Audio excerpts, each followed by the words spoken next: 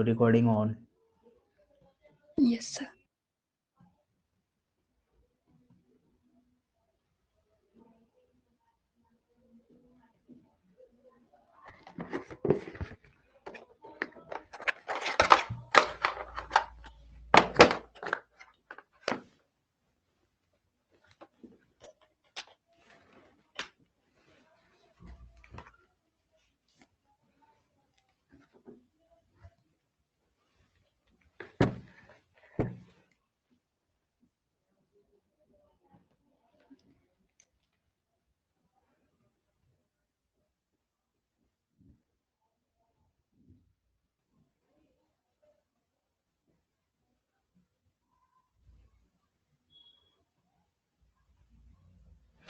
Screen visible है सबको?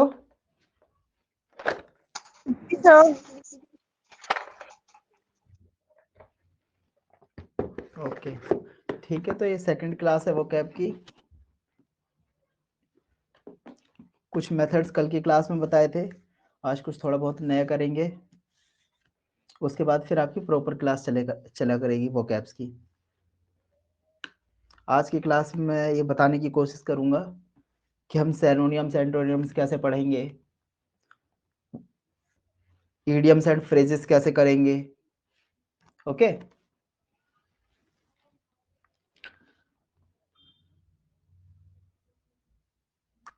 तो फर्स्ट है आपका ऑल एट सी।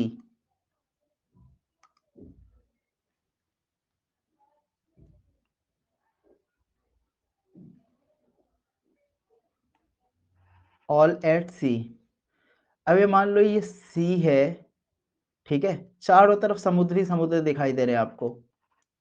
तुम्हें एक ऐसी जगह ले जाके छोड़ दिया जाए जहां जिस चारों तरफ समुद्र समुद्र हो, तो क्या तुम कंप्लीटली कंफ्यूज्ड हो गए या नहीं होगे? जी सर। ठीक है, तो इस तरीके से रिलेट करेंगे कि ऑल एट सी, जब चारों तरफ समुद्र हो और कुछ दिखाई ना दे तो इंसान कंफ्यूज हो जाता है कि किधर जाऊं, मैं किस डायरेक्शन में जाऊं। Isn't it? जी सर। क्लियर है? याद रहेगा सबको? जी सर। फिर यस सर, इसमें याद रहेगा। नेक्स्ट वर्ड है रैंकल। अब इसमें एक वर्ड आ रहा है रैंक, ठीक है, और एल ई ले।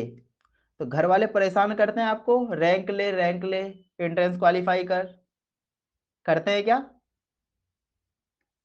रैंकल की मीनिंग होती है परेशान करना। क्या होती है? परेशान करना। ऐसा होता है या नहीं होता? रैंक लेने के लिए प्रेशर करते हैं घर वाले कि रैंक आनी चाहिए, क्वालिफाई होना चाहिए।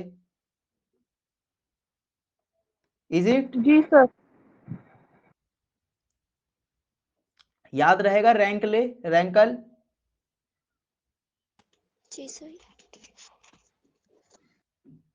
उसके बाद नेक्स्ट वर्ड है परटर्ब। एक वर्ड सुना होगा आपने, डिस्टर्ब। सुना है ना सबने?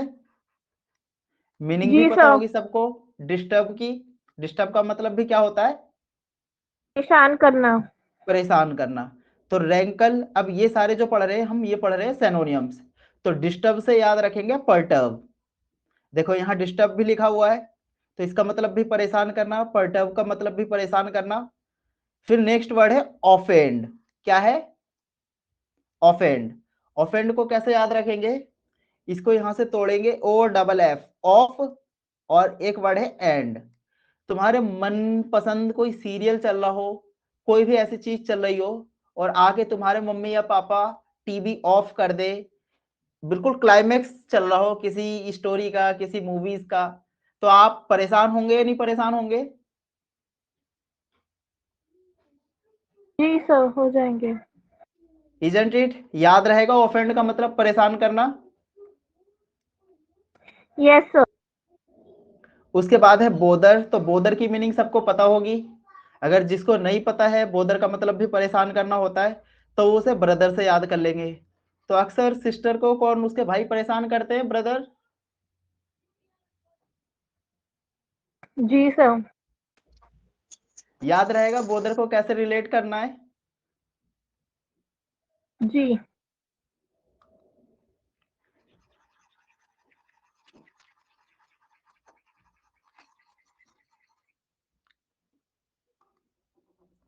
उसके बाद है नेक्स्ट वर्ड इर्क। इर्क वर्ड को याद कर सकते हैं इरिटेट से। इरिटेट का मतलब क्या होता है? परेशान। होता है परेशान करना। तो इरिटेट को इर्क से याद रखेंगे। इर्क का मतलब भी होता है परेशान करना। फिर नेक्स्ट वर्ड है नेटल। नेटल का मतलब भी होता है परेशान करना। इसमें एक वर्ड आया नेट। किसी पर नेट डाल दो, जाल डाल दो, तो वो परेशान होगा नहीं होगा? जी सर। हो जाएगा पक्का। Yes sir. उसके बाद है नेक्स्ट वर्ड है फेस्टर। फेस्टर का मतलब भी होता है परेशान करना। इसको कैसे याद करेंगे? एक वर्ड होता है पेस्टर। पेस्ट सुना है? पेस्ट, पेस्टर, पेस्टिसाइड, सुने ये वर्ड? जी। पेस्टिसाइड। तो इस पेस्टिसाइड से याद रखेंगे फेस्टर। उसके बाद नेक्स्ट वर्ड है वेक्स। वेक्स को विक्स से रिलेट कर सकते हो। जब आपको खांसी जुकाम होता है, कोल्ड एंड कफ होता है, तो वेक्स का यूज करते हो, विक्स का। जी सर।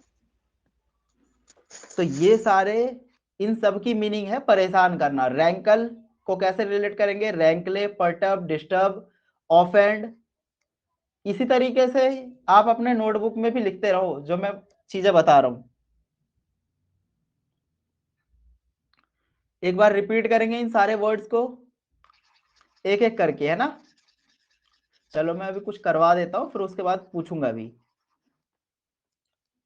तो क्लियर है रैंकल के सबको?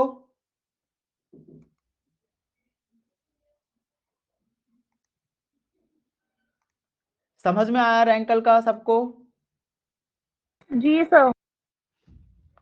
उसके बाद नेक्स्ट वर्ड है डिस्प्लीज। डिस्प्लीज का मतलब भी होता है परेशान करना। क्या होता है? परेशान करना। मैं तुम्हें सैनोनियम्स सिखा रहा हूं, ये मत कहना कि सर सैनोनियम्स नहीं पढ़ाते हैं। रैंकल, तो इतने सारे वर्ड आज आपने परेशान करना के सीखे। इसी तरीके से डिस्प्लीज का मतलब भी होता है नाखुश होना, परेशान होना। ठीक है? तो इसको कैसे रिलेट करेंगे? तो देखो यहाँ पे पिक, एनोय, अम्बरेज और इंसल्ट, इन चारों वर्ड का मतलब भी होता है परेशान करना। क्या होता है? परेशान परेशान करना। करना। इसकी एक ट्रिक बनाते हैं हम लोग। P A P A P A, क्या है ये? पापा। पी ए पापा हो गया ना? जी सर। तो पी से पीके, ए से अनोय, पी से प्रोवोक और ए से एफरंट। इन चारों वर्ड की मीनिंग सेम होती है।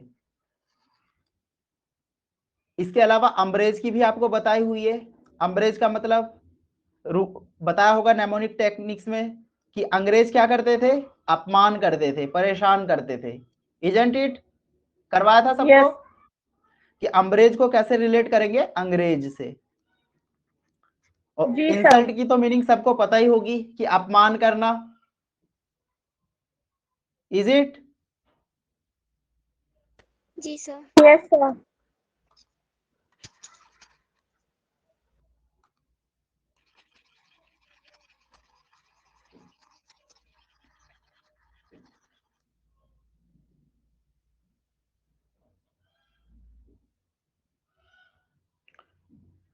तो इतने वर्ड आज आपने सीखे परेशान करने के, कि इन सब की मीनिंग लगभग 12-13 वर्ड सीखे आपने परेशान करना के।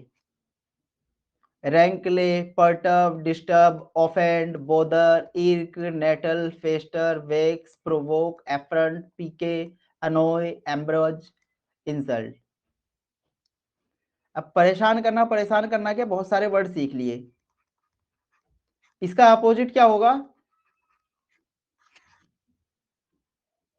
परेशान कब होता है इंसान? जब कोई शोर शराबा करे, राइट?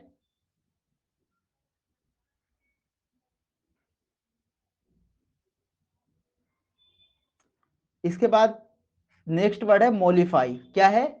मोलिफाई। मोलिफाई का मतलब होता है शांत करना। क्या होता है? शांत करना। शांत करना। तो मॉलिफाई का मतलब होता है शांत करना। तो ये सारे वर्ड्स इसके सिनोनिम्स है। तो फर्स्ट वर्ड है एस्वेज,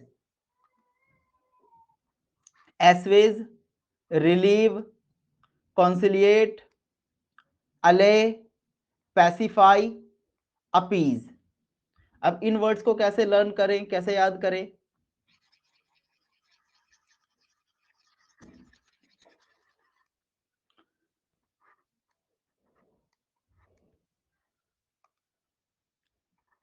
एस्वेज, तो इसको तोड़ के आप कर सकते हो आजा, सो जा।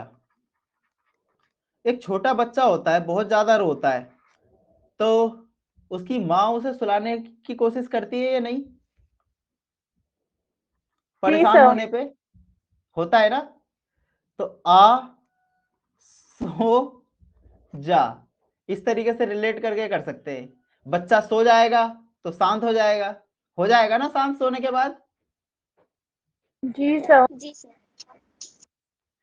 उसके बाद रिलीव, तो आप सबको पता होगा कि रिलीव का मतलब होता है शांत करना, आराम महसूस करना। देखो सिनोनिम्स का मतलब है कि बिल्कुल एग्जैक्ट वही नहीं, लेकिन उससे मिलते जुलते, थोड़े बहुत मीनिंग डिफर्स भी हो सकते हैं, लेकिन ये सारे इसके सिनोनिम्स है। ओके, तो रिलीव ओके सबको सर। पता होगा। उसके बाद कॉन्सिलिएट, ये कॉन्सिलिएट, आपने एक वर्ड सुना होगा काउंसिल, पढ़ा है सबने? इसका जी मतलब होता है सर। बैठक। कोई भी मीटिंग वीटिंग होती है तो कहते हैं ना काउंसिल। तो काउंसिल वर्ड तो बैठक में शांत होती है। जब किसी भी बड़े मैटर पे डिस्कशन होता है तो उस दिन मीटिंग में क्या होती है, बहुत ज्यादा शांति होती है। तो उसी वर्ड से ये वर्ड आया है कॉन्सिलिएट, इजंट इट? जी सर। उसके बाद नेक्स्ट वर्ड है अले। बचपन में रोना धोना आप में कोई करता था? चीजों को बहुत ज्यादा जिद करता हो कुछ चीज पाने की, कि ये दिलाओ वो दिलाओ, ऐसा हुआ कभी किसी के लाइफ में? मार्केट में गए हो या मेले में गए हो मम्मी पापा के साथ और जिद सी कर रहे हो कि मुझे वही चाहिए, और आपके मम्मी पापा दिलाना ना चाहते हो आपको? करा है किसी ने आप में से ड्रामा? बताओगे नहीं है? जी तो गुस्से में जब मम्मी पापा कोई चीज दिलाना नहीं चाहते हैं और बच्चा बहुत ज्यादा फोर्स करता है, रोता है, तो गुस्से में फिर दिलाते हैं, तो वो बोलते हैं एले, एले, कोई भी चीज दिलाने के बाद। तो एले का मतलब होता है शांत करना। तो बच्चे को वो चीज मिल जाती है, बच्चा शांत हो जाता है, इजंट इट? जी सर। उसके बाद पैसिफाई, तो ये तो पता ही होगा। अगर इसको और रिलेट करना चाहो तो पैसिफिक ओशियन का नाम सुना है सबने? हाँ सर। तो पैसिफिक ओशियन को हिंदी में कहते हैं प्रशांत महासागर। क्या कहते हैं? प्रशांत महासागर। तो इसके नाम में ही पैसिफाई आ रहा है, इसका नाम में ही शांत आ रहा है। तो इस पैसिफाई का मतलब ही होता है शांत करना, इजंट इट? जी सर। क्लियर है? जी सर। Yes sir.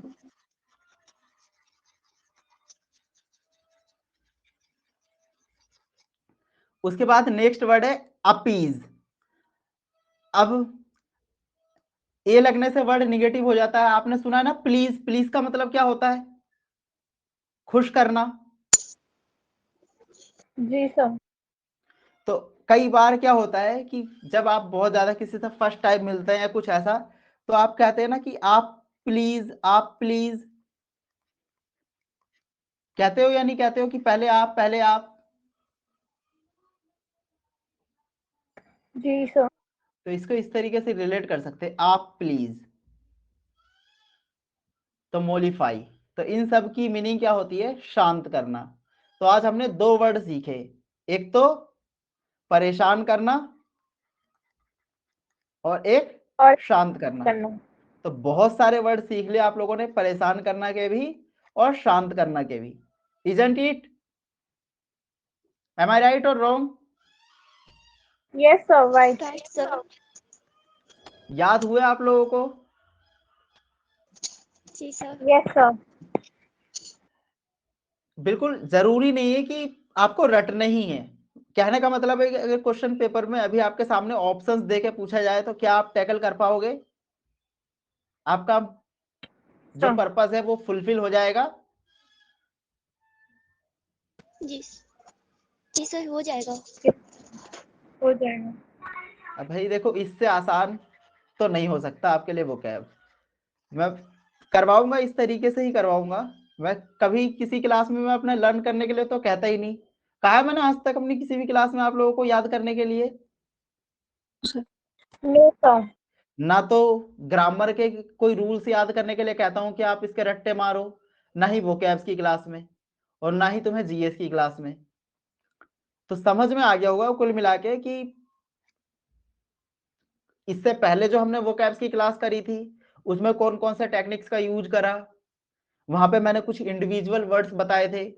और आज मैं जानबूझ के ये लेके आया ताकि आपके माइंड में डाउट ना रहे कि यार सर सिनोनिम्स तो करवाते ही नहीं है, एंटोनिम्स तो करवाते ही नहीं है।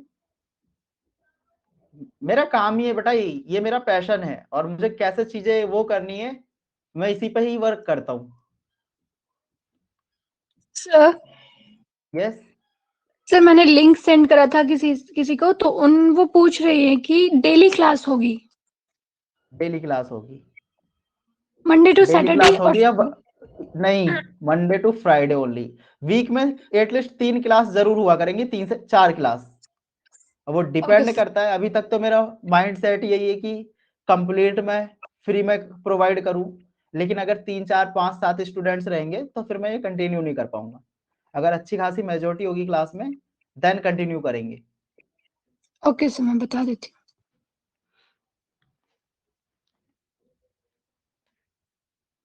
आगे बढ़े आप। Yes, sir. कितने लोग हैं क्लास में आज? 9, sir.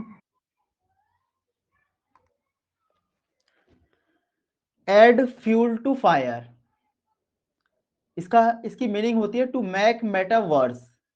जब पहले से ही कहीं पे आग लग रही हो और उसमें फ्यूल डाल देंगे तो मामला और आग पकड़ेगा या नहीं पकड़ेगा, मामला और खराब हो जाएगा या नहीं हो जाएगा। पहले से ही आपकी किसी की लड़ाई चल रही हो और दूसरा आपके और कोई कान आके भर दे तो आप और गुस्सा होंगे, नाराज होंगे या नहीं होंगे?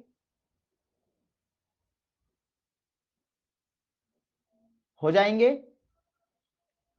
जैसे सर आग में घी डालना। हाँ, इसकी मीनिंग वही होती है, आग में घी डालना। तो पहले से ही आग लग रही हो और घी डाल दो, ठीक है। तो ऐड फ्यूल टू फायर, तो इधर ये जो कॉलम्स खाली छोड़ रखे हैं वो हिंदी मीनिंग्स के लिए ही छोड़ रखे हैं। मैंने जानबूझ के हिंदी मीनिंग्स नहीं लिखे हैं। देखो मैं अपनी कोई भी चीज बनाता हूँ तो उस पर एक बहुत लंबा वो करता हूँ। देखो हिंदी मीनिंग लिख रहा था करने की, तो इन चीजों को प्रिपेयर करने में बहुत टाइम लगता है। मेरे 3 3 4 4 घंटे जाते हैं इन टेक्निक्स को, उन चीजों को करने के लिए। मैं अपने स्टूडेंट्स के लिए क्या बेहतर कर सकता हूँ।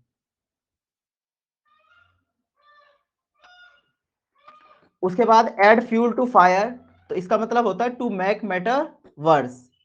फिर नेक्स्ट वर्ड है एन आर्म चेयर जॉब। तो यहां पे देखो एक वर्ड आया है चेयर।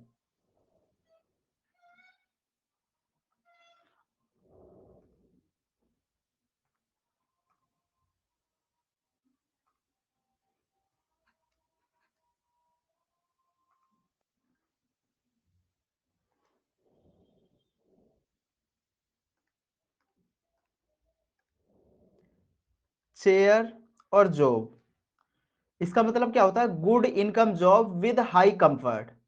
तो देखो जो जॉब चेयर पे बैठ के की जाती है, क्या उसमें अच्छी इनकम होती है या नहीं होती? हाई कंफर्ट जी फील सर। करता है इंसान अपने आप को। एक लेबर क्लास है, तुमने देखा होगा जो मजदूर होते हैं वो बहुत ज्यादा मेहनत करते हैं, लेकिन जो चेयर पे बैठ के काम करते हैं, जो पढ़े लिखे लोग होते हैं, उनकी सैलरी भी ज्यादा होती है और उन्हें मेहनत भी कम करना होता है। Isn't it? ऐसा ही होता है कुछ। जी सर। तो sir N arm chair job का मतलब होता है good income job with high comfort. जैसे एसडीएम की बात करें, एसडीएम डीएम, कितना काम करते हैं ये लोग?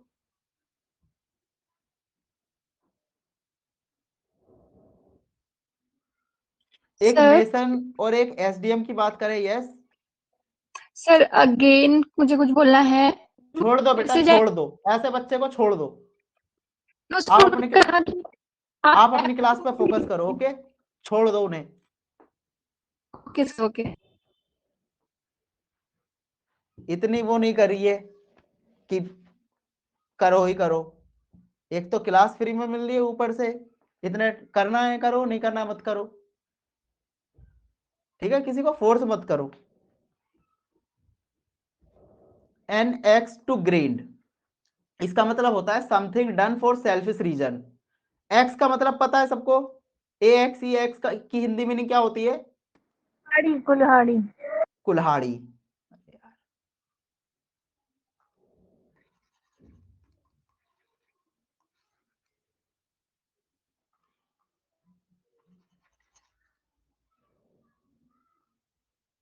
तो एक्स की मीनिंग होती है कुल्हाड़ी।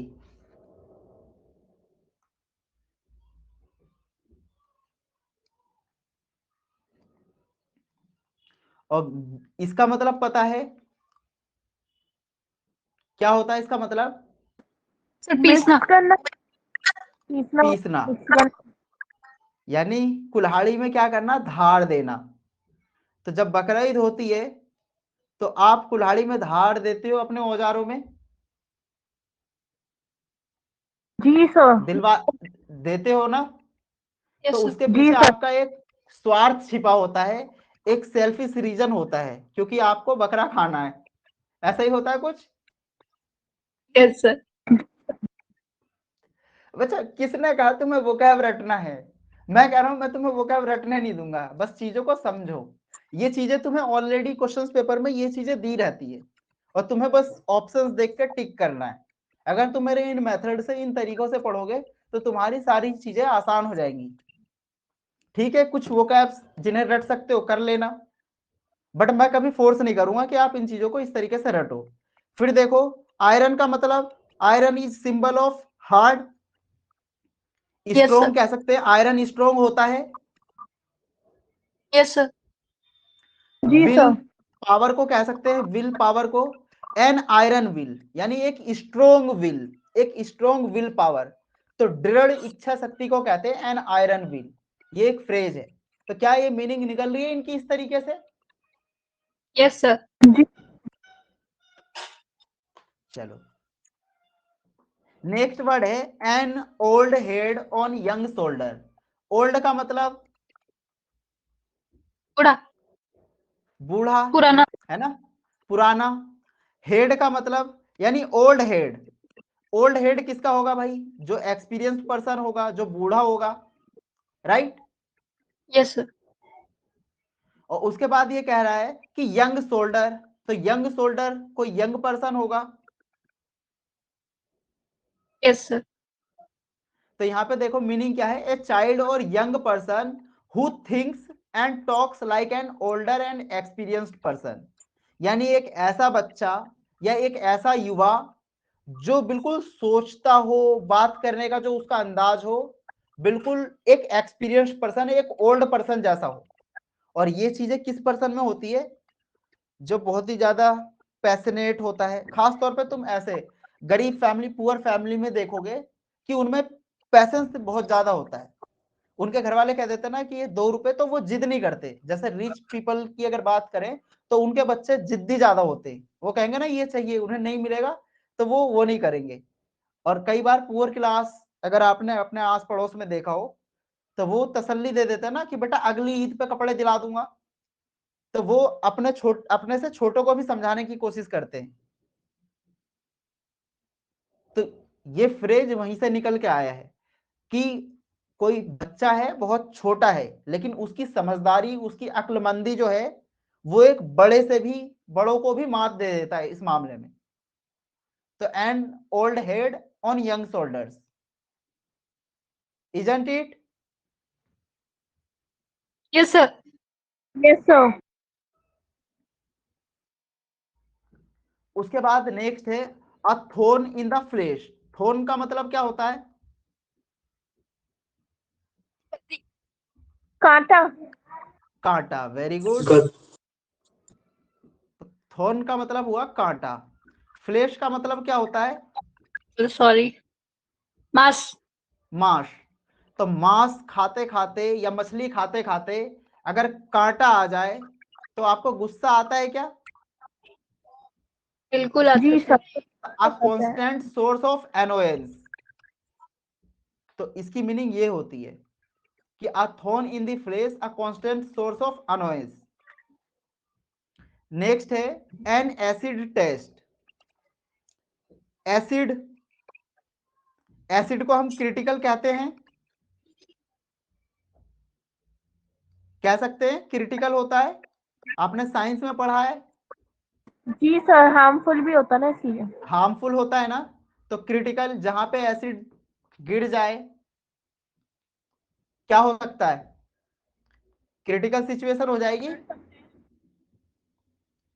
तो एन एसिड टेस्ट का मतलब होता है एक क्रिटिकल टेस्ट, गंभीर समस्या, गंभीर हालात। उसके बाद एन ओलाइव ब्रांच। ओलाइव पढ़ा है सबने। Olive is the symbol of what? Peace. Peace. Branch, तो ओलाइव का मतलब होता है पीस। तो एन ओलाइव ब्रांच यानी एक पीस रिक्वेस्ट या पीस ट्रीटी, ओलाइव ब्रांच। तो सिंबल ये यूएनओ के अंदर भी चीजें, ओलाइव सिंबल होता है पीस का, पिजन भी सिंबल होता है पीस का। Isn't it? जी सर। फिर उसके बाद नेक्स्ट वर्ड है all eye for an eye. आपने धर्मवीर मूवी देखी है सबने? धर्मवीर की जोड़ी। जी उसमें हाथ के बदले हाथ, आंख के बदले आंख, ऐसा कॉन्सेप्ट चलता है। तो आंख के बदले आंख यानी जैसे को तैसा, tit for tat, all eye for an eye. Isn't it? Yes, sir. क्लियर है सबको? Yes sir. Yes sir. फिर उसके बाद है एट वंस। एट वंस का मतलब होता है इंस्टेंट, ये शायद पता भी होगा आप लोगों को। प्रोम्प्टली।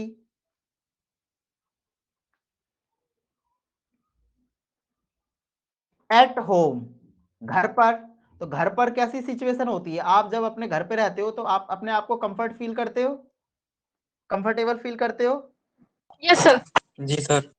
तो एट होम का मतलब होता है कंफर्टेबल। फिर है apple of discord. Apple of Discord, तो डिस्कॉर्ड का मतलब होता है झगड़ा। तो एक एप्पल के लिए लड़ाई हो गई, झगड़ा हो गया, तो मैटर ऑफ डिस्प्यूट। आपने हिंदी में सुना है ना, एक अनार 100 बीमार। जी सर। Yes, sir. कई बार तो क्लास में भी हो जाता है कि अनार एक है, Okay. बीमार 100 हैं। सर तो पोमेग्रेनेट होना चाहिए ना इधर। बेटा मीनिंग समझो, ये क्या है? इडियम्स एंड फ्रेज, हिंदी में ऐसे ही होते हैं मुहावरे। तो मुहावरे की Yes, क्या sir. एग्जैक्ट मीनिंग निकलती है? No, sir. अब तुम इतने सारी चीजें सीख पा रहे हो, तुम खुद से 4-5 भी नहीं कर पाते पूरे दिन में। एम आई राइट और wrong? Right, sir. Right sir. और तुम्हें पता है आज तक तुमने बहुत सारे हथकंडे अपनाए भी हैं वोकैब्स को याद करने के लिए। फिर नेक्स्ट है apple of one's I.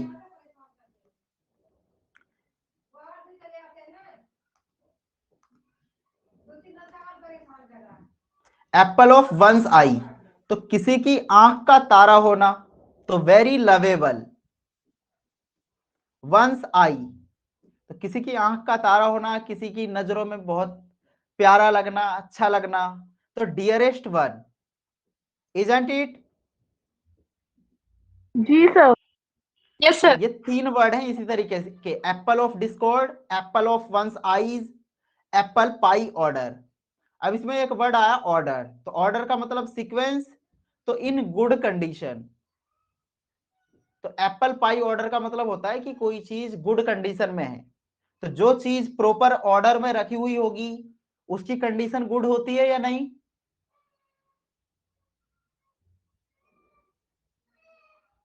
Ji sir. आप अपने फाइल्स को प्रॉपर सीक्वेंस में अरेंज करके रखते हैं तो वो 10 साल बाद भी अच्छी रहती है। आप अपने डॉक्यूमेंट्स को ऐसे ही फेंक दो। Which one is better? जो अच्छे से ऑर्डर में हो। जो अच्छे से ऑर्डर में हो। तो इस तरीके से इसे याद करना है। फिर उसके बाद है एट अ पिंच। पिंच, कभी किसी ने चूंटा काटा है? चींटी यस वीटी सर। काटी है? तो यस चींटी सर। काटती है तो क्या आप ट्रबल में आ जाते हो? इन अ यस ट्रबल? सर। तरीका कैसा है मेरा पढ़ाने का, वो आपको बताओ। जी सर बहुत अच्छा है।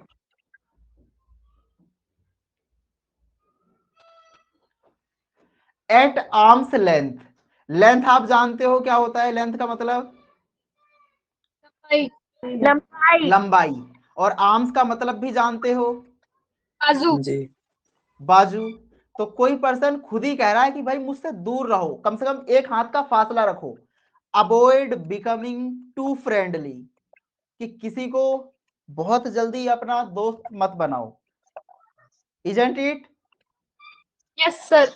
कि कम से कम एक हाथ का फासला रखो। फासला रखो तो तुम्हें इसका मतलब दोस्ती नहीं करनी है। फिर उसके बाद है एन ओल्ड फ्लेम। ओल्ड का मतलब पुराना, फ्लेम का मतलब क्या होता है? आग। काऊ। तो यहां इसकी मीनिंग है a person one had a romantic relation. तो कभी फंक्शन वंक्शन में एक्स वैक्स दिख जाए, ठीक है, तो इसे इसका मतलब होता है पुराना प्यार। क्या होता है? क्या होती है इसकी हिंदी मीनिंग? पुराना। पुराना प्यार। तो रोमांटिक रिलेशन रहते ही हैं जिससे तुम प्यार करते हो। उसके बाद next, a fish out of water. अब इसमें एक वर्ड आया फिश, और अगर तुम फिश को आउट ऑफ वाटर, फिश का लाइफ किस में होता है? वाटर में, right? Yes sir. Yes sir. जी अगर सर। फिश को वाटर से बाहर ले आओ तो क्या वो सरवाइव कर पाएगी? No sir. No sir. तो उसके नो लिए सर। सिचुएशन कैसी हो जाएगी? Uncomfortable situation. पानी से बाहर निकाल के देखना कभी मछली को, याद रहेगा जितना पढ़ा रहा हूं? बिल्कुल सर। बिल्कुल।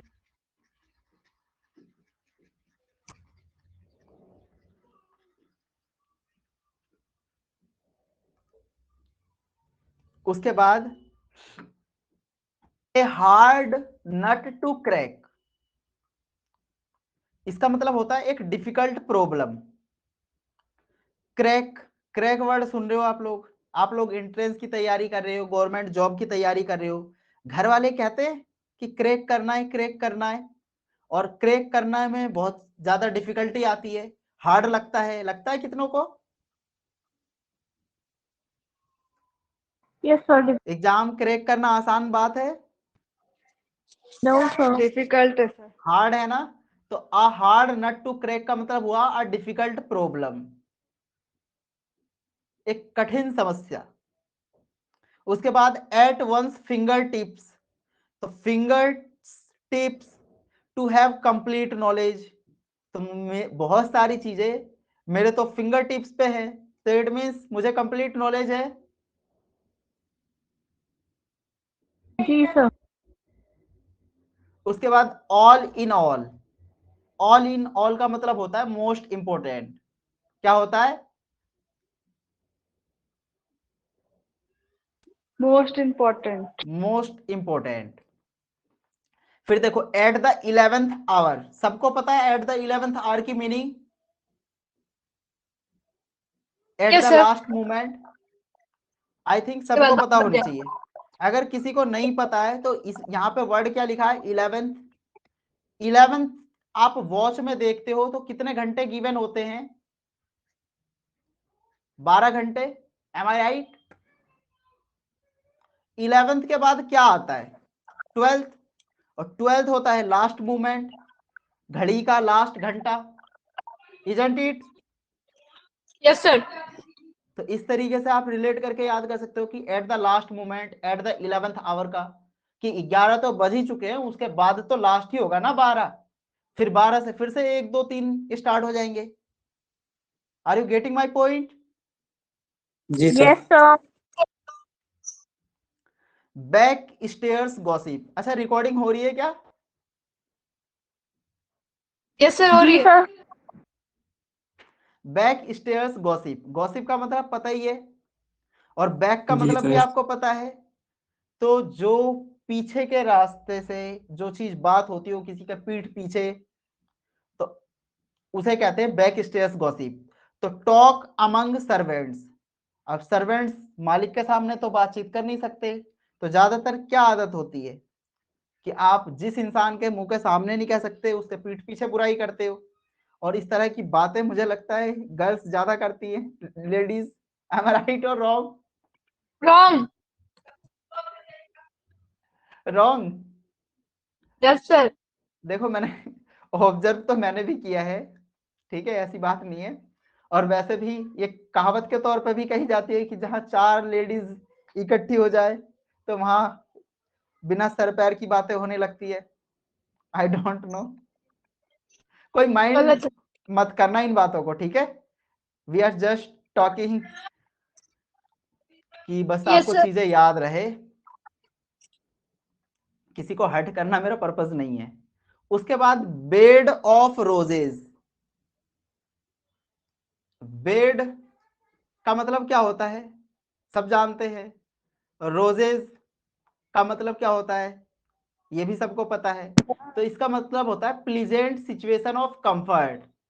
अब ये सबको आई थिंक आइडिया होना चाहिए कि हर किसी की लाइफ में जो आप सोच रहे हो वही, वो मीनिंग भी वही दे रहा है, कि हर लड़का और हर लड़की के लाइफ में एक दिन ऐसा आता है कि वो जिस दिन बहुत खुश होते हैं और उसके बेड पे रोजेज रोजेज लगाए जाते हैं, जिसे आप यू कैन से हनीमून। तो उस दिन मन में लड्डू फूट रहे होते, कंफर्ट, प्लीजेंट, अंदर की खुशी। M I right?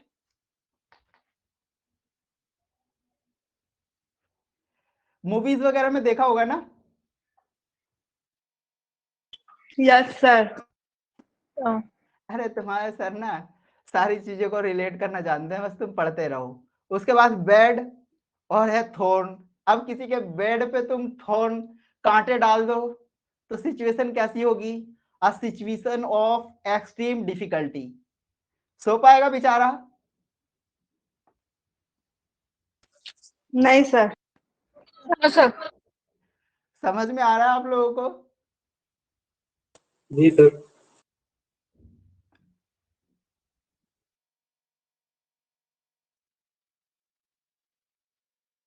उसके बाद एट ईज, एट ईज का मतलब होता है free from pain and anxiety, चिंता रहित, चिंता से बिल्कुल मुक्त। फिर है एट सिक्सेज एंड सेवेंस। अब कोई इंसान है, कभी वो कह रहा है 6, कभी कह रहा है 7, 6 7 6 7, तो इन डिसऑर्डर, कि बार बार आप किसी चीज को काउंट कर रहे हो और आपकी गिनती आके 6 और 7 पे अटक जा रही है, तो इसका मतलब वो बेतरतीब ढंग से है, यानी प्रॉपर ऑर्डर में नहीं है, तो इन डिसऑर्डर। फिर है बीट द रिकॉर्ड। रिकॉर्ड आप जानते हो, बीट का मतलब होता है रिकॉर्ड, बीट कर देना, ठीक है? तो to do better than even before, ever before, यानी आज से पहले इस तरीके से आपने कभी नहीं किया, उसी को कहते हैं बीट द रिकॉर्ड, यानी कुछ अलग कर देना। Isn't it? जी sir. Ji.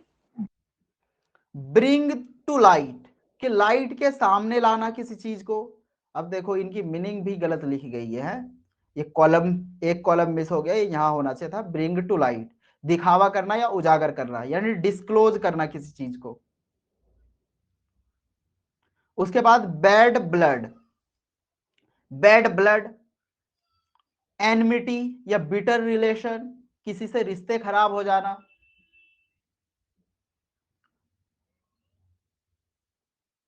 Beat about the Bush, इसका मतलब होता है to talk in around about manner, कि घुमा फिरा कर बातें करना। ये तो प्रोवर्ब है, ये सबने याद भी कर रखा होगा आई थिंक। है सबको याद क्या? अरे बिना सर पैर की नो बातें सर। करना, उसी को कहते हैं बीट अबाउट द बस, कि किसी से पूछो कुछ और वो जवाब देता है कुछ। सर ये किस बुक में सर? कौन सी किस बुक में है? सर ये सारे इडियम्स एंड फ्रेज जो आप बता रहे हैं, किसी बुक में नहीं है। बुक में है ये तो बोले ना सर। लेकिन एक हाँ। प्रॉपर बुक्स में पर नहीं ऐसा मिलेंगे। एक प्रॉपर बुक का मैं नाम नहीं ले सकता बच्चा, अलग अलग सोर्सेस से ओके हैं। तो सर इसके ये हमें आप दे सकते, पीडीएफ दे सकते हैं हमें आप? पीडीएफ अभी तो इसमें बहुत सारे बदलाव करने हैं, देख रहे हो पीडीएफ आधी अधूरी है भाई, मेहनत लगती है। अब इनकम्प्लीट कैसे दे दूं? आप इस तरीके से ले लो, स्क्रीनशॉट ले लेना, ठीक है? दे दूंगा बाद में जब पीडीएफ प्रॉपर वे में और तो कंप्लीट हो हो जाएगी। उसके बाद be born with a silver spoon, इसका मतलब होता है to be in a rich family, कि धनी परिवार में पैदा होना। अब देखो इसको कैसे रिलेट करेंगे। बोर्न का मतलब होता है ना पैदा होना,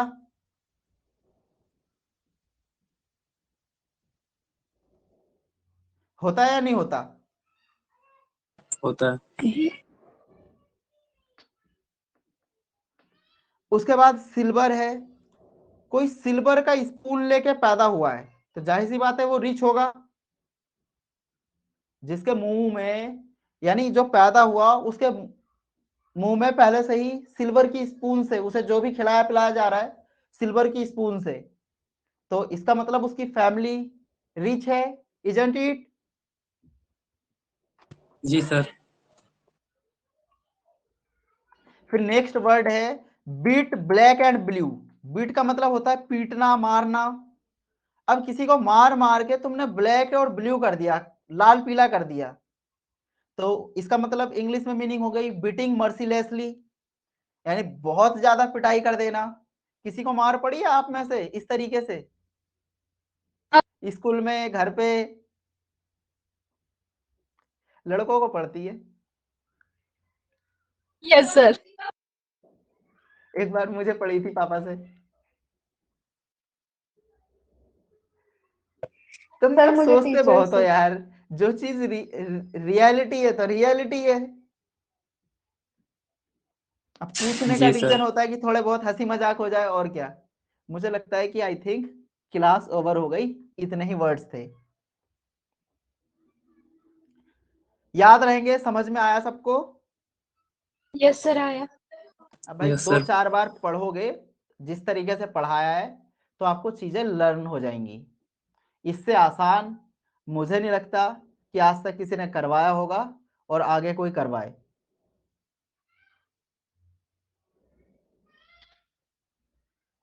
स्क्रीन रिकॉर्डिंग सेव कीजिए। Recording save